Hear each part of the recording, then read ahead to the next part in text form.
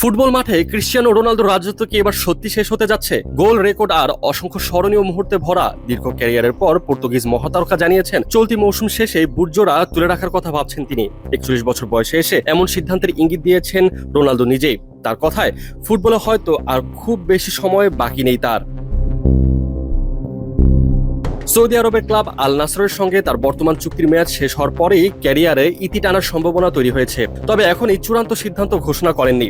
5 বারের Ballon d'Or জয়ী এই তারকা নিজের ক্যারিয়ারের শেষ অধ্যায়টাও তিনি রাখতে চান নিজের মতো করেই। ভোগ ম্যাগাজিনকে দেওয়া এক সাক্ষাৎকারে অবসরের সম্ভাবনা নিয়ে রোনালদো বলেন, সম্ভবত এটাই ফুটবলে আমার শেষ বছর। আমি একটি অসাধারণ লেগেসি রেখে যেতে চাই।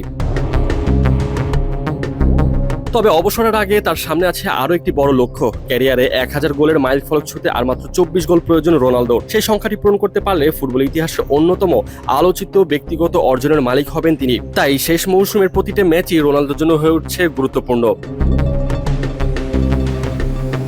ফুটবল ছাড়ার পরের জীবন নিয়েও অবশ্য বসে নেই রোনালদো। মাঠের ব্যস্ততা শেষ হলে কিভাবে সময় কাটাবেন তার একটা ধারণা ইতিমধ্যে তৈরি করে ফেলেছেন তিনি। তবে নির্দিষ্ট কোনো একটি কাজের মধ্যে নিজেকে আটকে রাখতে চান না। পর্তুগিজ তারকার ভাষায় ফুটবল থেকে সরে গেলে জীবনে বড় ধরনের শূন্যতা তৈরি হতে পারে।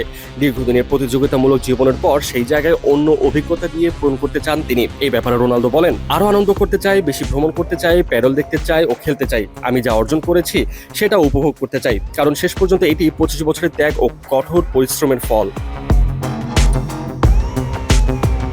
25 বছরের পেশাদার ক্যারিয়ারে রোনালদো যা অর্জন করেছে সেটিকে বিদায়ের আগে আরো সমৃদ্ধ করার সুযোগ তার সামনে। তাই অবসরে ইঙ্গিত দিলেও শেষটা কেমন হবে সেই গল্প এখনো বাকি। আর সেই গল্পের সবচেয়ে বড় প্রশ্ন, 1000 গোলের মাইলফলক ছুঁয়েই কি তবে ফুটবলকে বিদায় বলবেন রোনালদো?